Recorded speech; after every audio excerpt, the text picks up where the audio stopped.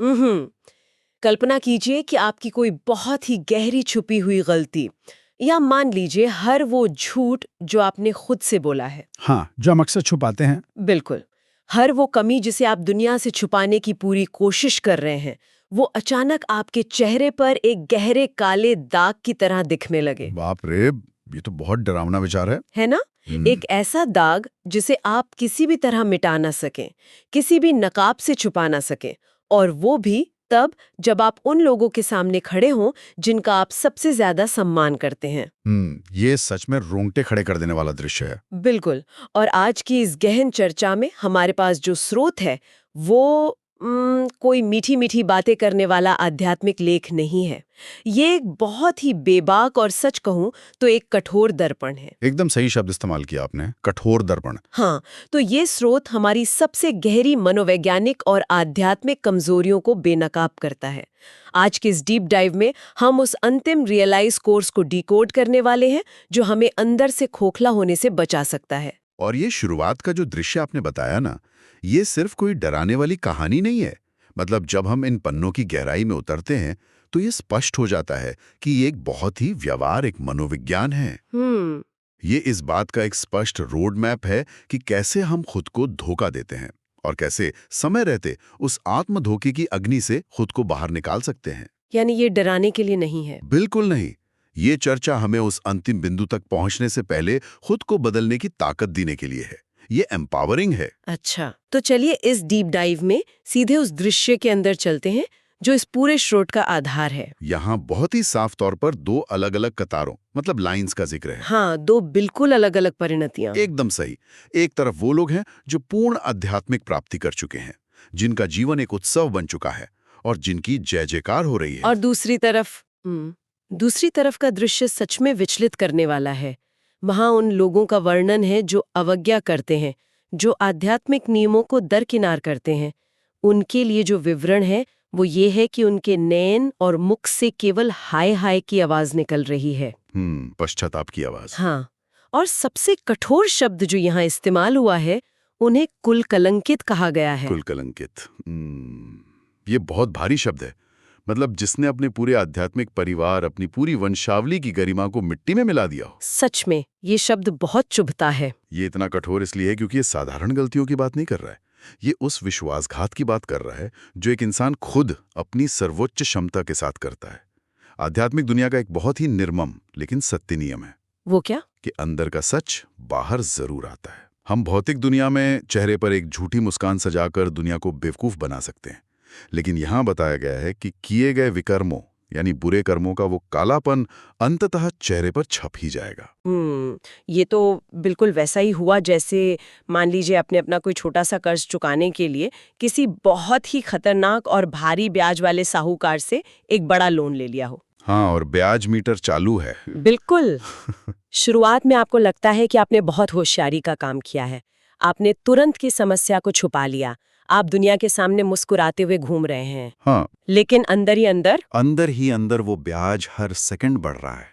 वो गणित आपको अंदर से खा रहा है। और एक दिन ऐसा आता है जब वो दिवालियापन आपके दरवाजे पर आ खड़ा होता है, और तब आप उस सच्चाई को किसी से नहीं छुपा सकते। बहुत ही सटीक उदाहरण दिया आपने। वो भारी ब्याज वाला लोन ही असल में वो छुपाव है जो इंसान करता है। छुपाओ। हाँ, और यही कारण है कि यहाँ पश्चाताप पर इतना जोर दिया गया है। अपनी विकराल भूल को समझकर दिल से पश्चाताप करके अपना बोझ मिटाना ही उस कर्ज के जाल से बाहर आने का एकमात्र तरीका है। मतलब कोई शॉर्टकट नहीं है, बिल्कुल नहीं। जब तक आप सच्चाई को स्वीकार नहीं करते, वो कालापन आपके अस्तित्व पर हावी होता रहेगा। अच्छा, यहाँ मुझे एक बात समझ नहीं आती। मैं अक्सर सोचती हूँ कि अगर पश्चाताप न करने का परिणाम इतना भयंकर है, अगर उस हाय हाय वाली पश्चाताप की लाइन में खड़ा होना इतना दर्दनाक है, तो कोई भी इंसान वहां पहुंचता ही क्यों है? ये मानव मनोविज्ञान का सबसे बड़ा सवाल है। मतलब जब हमें पता है कि कोई सर्वोच्च सत्ता, कोई आध्यात्मिक पिता सब कुछ देख रहा है, तो लोग उससे अपनी गलतियां छुपाने की कोशिश ही क्यों करते हैं? ये तो सर्वज्ञानी से लुका छिपी खेलने जैसा हुआ ना? एकदम सही। और यहीं पर हम मानव मनोविज्ञान के सबसे जटिल हिस्से में प्रवेश करते हैं। लोग ऐसा इसलिए करते हैं क्योंकि उनका अहंकार उन्हें ऐसा करने पर मजबूर करता है। वे खुद को सच्चा सिद्ध करने की कोशिश करते हैं। अच्छा, खुद को सही साबित करना। हाँ, यहाँ जो सबसे दिलचस्प बात सामने आती है वो ये है कि इंसान अपनी छवि, अपना इमेज बचाने के लिए इतना बेताब होता है कि वो उस सत्ता से भी झूठ बोलने लगता है जिसे वो सबको जानने वाला मानता है। ये तो बहुत ही अजीब बात है ना? वो बहाने बनाता है कि मेरी परिस्थितियां अलग थीं या मेरी तो कोई गलती ही नहीं थी। हाँ, और इस खुद को सही साबित करने की प्रक्रिया के लिए यहाँ स्रोत में एक बहुत ही कमाल के शब्द का इस्तेमाल किया गया है, चलाना। चलाना, हाँ। जैसे हम अपनी रोजमर्रा की जिंदगी में कहते हैं ना कि काम चला रहे हैं या बात को घुमाकर चला लिया। हाँ। यहाँ एक बहुत ही गहरी चेतावनी दी गई है, बात को चलाना अर्थात जन्म जन्मांतर के श्रेष्ठ तकदीर को जलाना। ये बहुत ही शक्तिशाली शब्दों का खेल है, चलाना और जलाना। बिल्कुल, मैं यही पूछने वाली थी, ये चलाना और जलाना का जो समीकरण है, ये असल में काम कैसे करता है? मैं बताता हूँ। चलाने का सीधा सा मतलब है जस्टिफाई करना। जब आप कोई गलती करते हैं और फिर उसे सही ठहराने के लिए कुतर्क गढ़ते हैं, तो असल में आप क्या कर रहे हैं? हम खुद को बचा रहे हैं। हमें ऐसा लगता है कि हम खुद को बचा रहे हैं, लेकिन असल में आप अपने अंदर के उस अलार्म सिस्टम को बंद कर रहे हैं जो आपको गलत और सही का फर्क बताता है। ओहो, अलार्म सिस्टम ही बंद कर दिया। बिल्कुल।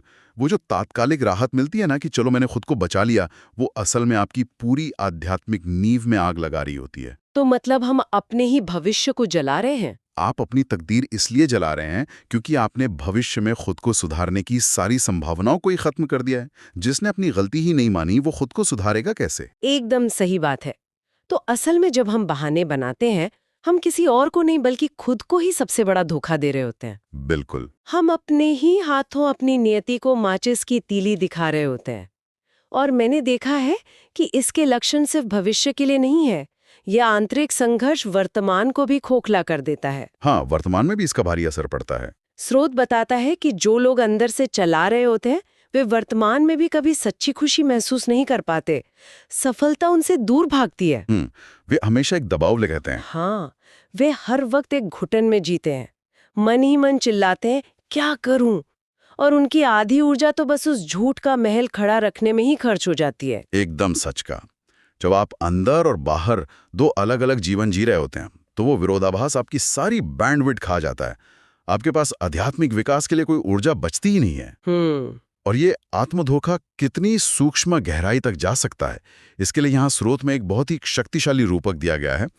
अशुद्ध विचारों और बुरी आदतों को एक विष भरे सांप के रूप में दर्शाया गया है। हाँ, विष भरा सांप। और यहाँ जो नियम बताया गया है वो बहुत ही चरम है। मतलब शारीरिक रूप से कोई गलत काम करना तो दूर की बात है, इसे विचारों के स्तर पर यानी संकल्प में भी टच करने से सख्त मना किया गया है। हाँ, सिर्फ सोचने भर की मनाही है। लेकिन मैं ये सोच रही थी कि सिर्फ एक विचार, मेरा मतलब है सिर्फ सोचने भर से इतना क्या भारी नुकसान हो सकता है। यहाँ कहा गया है कि विचारों में भी इसे टच करने का मतलब है खुद को मूर्छित कर लेना, यानी आध्यात्मिक रूप से कोमा में चले जाना। एक विचार कोमा में कैसे भेज सकता है? इसे आप न्यूरोसाइंस और आध्यात्मिक मनोविज्ञान दोनों के नजरिए से समझिए। हाँ। हमारा दिमाग और हमारी आत्मा उसी दिशा में ढलने लगते हैं जिस दिशा में हमारे विचार जाते हैं। अच्छा। हाँ, जब आप किसी जहरीले सांप को सिर्फ छूने की कोशिश करते हैं, तो आप ये नहीं कह सकते कि मैं बस देख रहा हूं कि ये कैसा लगता है। हाँ, वो तो डसेगा ही। बिल्कुल, उसका एक छोटा सा दंश आपके पूरे खून में जहर घोल देगा। उसी तरह जब हम किसी गलत विचार को अपने दिमाग में पना देते हैं, तो हम असल में अपने नैतिक और आध्यात्मिक अलार्म सिस्टम को सुन कर रहे होते हैं। फिर से वही अलार्म सिस्टम। हाँ, एक बार जब वो अलार्म बजना बंद हो जाता है, तो इंसान को गलत काम भी सामान्य लगने लगता है। सही और गलत की पहचान पूरी तरह से धुंधली पड़ जाती है। और इसी अवस्था को यहाँ मूर्छित होना कहा गया है। बिल्कुल, यही वो कोमा वाली स्थिति है। वाओ! तो मतलब एक छोटा सा गलत विचार असल में उस आध्यात्मिक लकवे की पहली स्टेज है। एकदम सही। और जब ये लकवा मार जाता है तो इंसान के अंदर एक और खतरनाक चीज जन्म लेती है, जिसे यहाँ एक आध्यात्मिक रजिस्टर के माध्यम से समझाया गया है। कहा गया है कि जब आध्यात्मिक रिकॉर्ड या रजिस्टर चेक किया जाता है, तो वहां सबसे बड़ी जो बीमारी नजर आती है वो है अलबेलापन। अलबेलापन, ये शब्द अपने आप में बहुत व्यापक है। हाँ, इसका मतलब सिर्फ आलस्य तो नहीं है ना? नहीं, बिल्कुल नहीं। इसका मतलब सिर्फ आलस्य नहीं है। ये लापरवाही है, बेफिक्री है, चीजों को फॉर ग्रांटेड लेना है। ये वो स्थिति है जब आप कहते हैं अरे इतना तो चलता है, या कल से पक्का शुरू करूंगा। कल से पक्का, ये तो हम सब ने कभी ना कभी कहा है। बिल्कुल। जब चेतना मूर्छित होने लगती है तो ये अलबेलापन एक धीमे जहर की तरह पूरे व्यक्तित्व में फैल जाता है। और इसका असर क्या होता है? स्रोत के अनुसार जो विकास निरंतर ऊपर की ओर होना चाहिए था, जो चढ़ती कला होनी चाहिए थी, वो वहीं रुक जाती है। रुक जाती है। यहाँ एक बहुत ही चिंताजनक बात बताई गई है कि मेजॉरिटी लोगों की स्थिति यही है। जो लोग कभी तीव्र गति से आगे बढ़ रहे थे, वे अब अलबेलेपन के कारण मध्यम गति में आ गए हैं। हाँ, उनकी स्पीड कम हो गई है। मैं इसे अपने दिमाग में एक तस्वीर की तरह देख पा रही हूँ।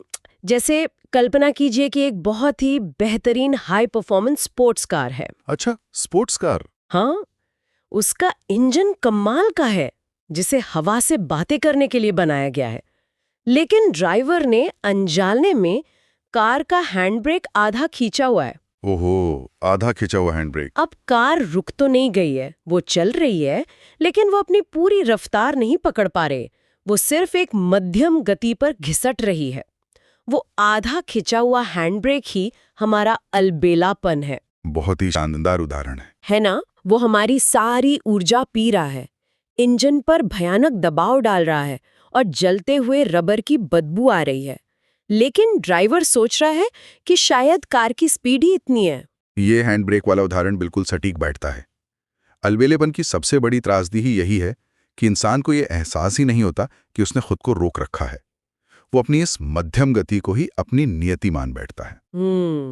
और अगर इस हैंड ब्रेक को समय रहते नहीं हटाया गया तो इंजन का पूरी तरह से सीज होना, या कहें कि आध्यात्मिक रूप से पूरी तरह नष्ट होना तय है। तो फिर इस हैंड ब्रेक को रिलीज कैसे किया जाए? मतलब अगर हम उस मध्यम गति में फंस गए हैं तो बाहर निकलने का मैकेनिज्म क्या है? और यहीं पर यह स्रोत अपने सबसे महत्वपूर्ण और क्रियाशील हिस्से पर आता है। अंतिम रियलाइज कोर्स। बिल्कुल, अंतिम रियलाइज कोर्स। कहा गया है कि हर सब्जेक्ट में हर स्तर पर खुद की चेकिंग करनी होगी। क्या नियम, क्या मर्यादाएं, क्या निर्देश सिर्फ सुने गए हैं या उन्हें जिंदगी में प्रैक्टिकल रूप में उतारा गया है? मतलब ये सिर्फ थ्योरी नहीं है? एकदम नहीं। ये कोई साधारण आत्मनिरीक्षण नहीं है। ये अपनी आत्मा का एक निर्मम एक्सरे है। आपको ये देखना होगा कि आपने अपने ज्ञान को सिर्फ किताबों तक या चर्चाओं तक सीमित रखा है, या फिर वो आपके व्यवहार, आपके उठने बैठने और सोचने के तरीके में झलक रहा है। और जब इस एक्सरे में कमियां सामने आएं, तो जो समाधान यहाँ दिया गया है वो बहुत ही कठोर है। वो क्या है? यहाँ कहा गया है कि अपनी पुरानी भूलों का दिल से पछतावा करके अपना बोझ हल्का किया जाए और खुद को कड़ी सजा दी जाए, ताकि भविष्य में मिलने वाली किसी बहुत बड़ी सजा से बचा जा सके। एक मिनट रुकिए, खुद को कड़ी सजा देना।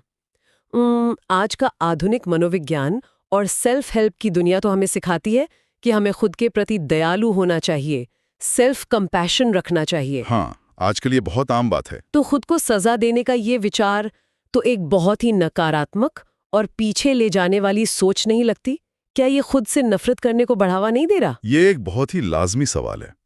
लेकिन यहाँ सजा का मतलब वो टॉक्सिक सेल्फ हार्म या खुद से नफरत करना नहीं है, जो आधुनिक मनोविज्ञान में नकारात्मक माना जाता है। अच्छा, तो फिर इसका मतलब क्या है? यहाँ खुद को सजा देने का अर्थ है रेडिकल अकाउंटेबिलिटी, यानी अपनी पूरी और बिना शर्त जिम्मेदारी लेना। इसे एक एथलीट के नजरिए से देखिए। एथलीट। जब एक ओलंपियन को पता चलता है कि उसकी किसी खास मांसपेशी में कमजोरी है जिसकी वजह से वो हार रहा है, तो वो उस मांसपेशी के प्रति दयालु होकर उसे आराम नहीं देता। वो खुद को और भी कड़ी ट्रेनिंग में झोंक देता है। वो सुबह 4 बजे उठकर प्रैक्टिस करता है। बिल्कुल। वो खुद पर वो अनुशासन थोपता है जो एक आम आदमी को सजा लग सकता है। लेकिन वो ऐसा क्यों करता है? क्योंकि वो उस अंतिम रेस में हारने की सबसे बड़ी सजा से बचना चाहता है। वाओ! आध्यात्मिक मार्ग पर खुद को कड़ी सजा देने का मतलब है अपने उसी अलबेलेपन को तोड़ने के लिए खुद पर एक कड़ा अनुशासन लागू करना। मैं समझ रही हूँ। मतलब ये आत्मसुधार का सबसे उच्च और परिपक्व स्तर है। आप अपने अंदर के उस कमजोर और बहाने बनाने वाले हिस्से पर दया नहीं दिखा रहे हैं, ताकि आपका जो सर्वश्रेष्ठ रूप है वो निखर कर सामने आ सके। एकदम सही। ये तो सच में एम्पावरिंग है। और इसके बाद जो निर्देश आता है वो तो और भी ज्यादा गहरा है। स्रोत में कहा गया है, मुरली मधुबन महायज्ञ में सदाकाल के लिए अंतिम आहुति डालो। हाँ, अंतिम आहुति। ये जो शब्द है यज्ञ और वो भी अंतिम आहुति, इन शब्दों का चयन यहाँ क्यों किया गया है? मतलब इसे सिर्फ ये क्यों नहीं कहा गया कि अपनी गलतियां मान लो और आगे बढ़ो? क्योंकि सिर्फ गलतियां मान लेना काफी नहीं होता है। यज्ञ शब्द यहाँ एक बहुत ही विशिष्ट मनोवैज्ञानिक और आध्यात्मिक प्रक्रिया को दर्शाता है। वो कैसे? यज्ञ कोई एकांत में की गई प्रार्थना नहीं है। यज्ञ एक सार्वजनिक, पारदर्शी और अटल प्रक्रिया होती है। जब आप यज्ञ की अग्नि में कोई आहुति डालते हैं तो क्या आप उसे वापस निकाल सकते हैं? नहीं, बिल्कुल नहीं। वो तो राख बन जाती है। बस यही बात है। यहाँ अंतिम आहुति का मतलब है कि अब प्रयोग करने, बार बार गिरने और उठने या कल पर टालने का समय खत्म हो चुका है। अपनी कमजोरियों, अपने उस छुपाव को हमेशा के लिए एक अपरिवर्तनीय संकल्प के साथ भस्म कर देना है। यानी अब कोई वापसी नहीं। बिल्कुल, ये एक अल्टीमेट कमिटमेंट है कि अब वापसी का कोई रास्ता नहीं है। ये तात्कालिकता, ये जो एक अर्जेंसी है ना, ये सच में रोंगटे खड़े करने वाली है। और इस चर्चा को अगर हम इसके अंतिम निष्कर्ष की ओर ले जाएं, तो स्रोत एक ऐसी चेतावनी पर आकर खत्म होता है जो ऐसा महसूस कराती है जैसे कोई टिक टिक करती हुई घड़ी अब बस बंद होने वाली है। हाँ, और ये चेतावनी उस रिश्ते के बारे में जिसे इंसान सबसे ज्यादा फॉर ग्रांटेड लेता है। वो रिश्ता कौन सा है? स्रोत कहता है कि आध्यात्मिक पिता के प्रेम स्वरूप का उल्टा एडवांटेज, यानी उनके असीम प्रेम और करुणा का गलत फायदा कभी नहीं उठाना चाहिए। ये हमारी मानवीय फितरत है। जहां प्यार मिलता है वहां हम लापरवाह हो जाते हैं। बिल्कुल, जहां हमें असीम प्यार मिलता है, जहां हमें पता होता है कि हमें माफ कर दिया जाएगा, वहीं हम सबसे ज्यादा लापरवाह हो जाते हैं। हम सोचते हैं कि चलो एक और बहाना बना लेते हैं, एक और बार उस जहरीले सांप को छू लेते हैं, अंत में तो प्यार से माफी मिल ही जाएगी। लेकिन यहीं पर सबसे बड़ा भ्रम टूटता है, क्योंकि स्रोत स्पष्ट रूप से चेतावनी देता है कि अगर इस प्रेम का फायदा उठाकर अलबेलापन पाला गया तो अंत में सामना महाकाल रूप से होगा। हाँ, महाकाल रूप। और तब एक भूल का 1000 गुना पछतावा करना पड़ेगा। अब ये महाकाल रूप, ये कोई डरावने राक्षस की बात नहीं हो रही है ना? नहीं, ये किसी राक्षस की बात नहीं है। ये असल में समय का वो अंतिम रूप है। मेरा मतलब है, समय जब आपके पास होता है तो वो बहुत ही दयालु और प्रेम स्वरूप लगता है। आपको लगता है कि सुधारने के लिए बहुत कल बाकी हैं। लगता है कि अभी तो बहुत वक्त है। लेकिन जब समय खत्म हो जाता है तो वही समय महाकाल बन जाता है। एक ऐसा बिंदु जहां अब कोई बदलाव संभव नहीं, कोई माफी नहीं, कोई गुंजाइश नहीं। बिल्कुल सही पकड़ा आपने। महाकाल रूप का मतलब है वो अपरिहार्य वास्तविकता जहां आपके सारे भ्रम, सारे झूठ और सारे बहाने एक झटके में ध्वस्त हो जाते हैं। इस पूरी चर्चा का जो कोर मैसेज है वो डर फैलाना नहीं है, बल्कि हमें जगाना है। सच्ची बुद्धिमानी इसमें नहीं है कि हम उस महाकाल रूप के सामने खड़े होकर अपने कर्मों पर रोएं। तो सच्ची बुद्धिमानी किसमें है? सच्ची बुद्धिमानी इसमें है कि आज जब हमारे पास समय है, जब वो प्रेम स्वरूप उपलब्ध है, तभी हम अपने अंदर की उस सारी गंदगी, उस सारे अलबेलेपन को खुद ही भस्म कर दें। ये एक ऐसा विकल्प है जो भी इस डीप डाइव को सुन रहे हैं, हम में से हर किसी को चुनना ही होगा। या तो हम खुद को अनुशासित करके अपनी कमियों को बदल लें, हाँ, या फिर समय और नियति के उस अंतिम और कठोर प्रहार के लिए तैयार रहें। आज की इस गहन चर्चा ने हमें सच में बहुत कुछ सोचने पर मजबूर किया है। हमने देखा कि कैसे हमारा अपना आत्म धोखा हमें दीमक की तरह खा रहा है, और कैसे वो चलाने की आदत हमारी तकदीर को जला रही है। बिल्कुल। लेकिन इस चर्चा को खत्म करने से पहले मैं चाहती हूँ कि जो भी इस वक्त हमें सुन रहे हैं, वे इस एक बात पर पूरी ईमानदारी से विचार करें।